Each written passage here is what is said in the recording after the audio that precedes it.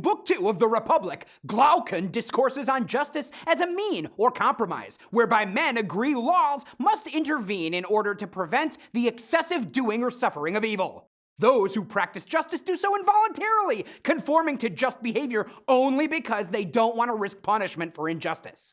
He illustrates this with the story of Gyges, who found a ring that could make him invisible. With this ring, he seduced the queen, killed the king, and took over the kingdom. Glaucon suggests the theme, or inner truth of this tale, is everyone will practice injustice if he thinks it's safe to do so. Adeimantus says practicing justice has more to do with a person's reputation than with reality. So Socrates has the responsibility of showing not only justice is intrinsically better than injustice, but also of sorting out the matter of reputation and the blurring of appearance and reality.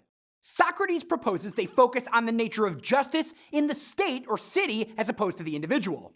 He then leads them step by step in the detailed construction of an ideal state, from economics to education and the arts to territory and warfare.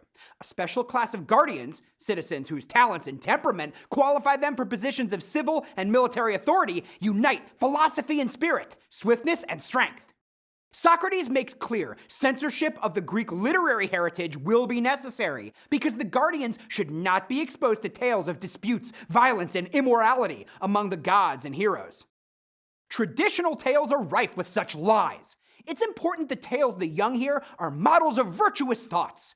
Socrates elicits agreement from Adeimantus with the proposition God is not to be considered the creator of all things, but of good only. Socrates concludes the instruction of the young in the ideal state must exclude all such portrayals of the gods.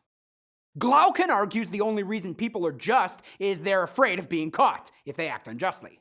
Adeimantus adds an appearance of being just is often at odds with the reality of injustice. Socrates' game-changing suggestion is the group should seek to discover the nature of justice first in the ideal state, and only then in the individual. He argues because the state is necessarily larger than the individual, justice in the state will be more noticeable and identifiable.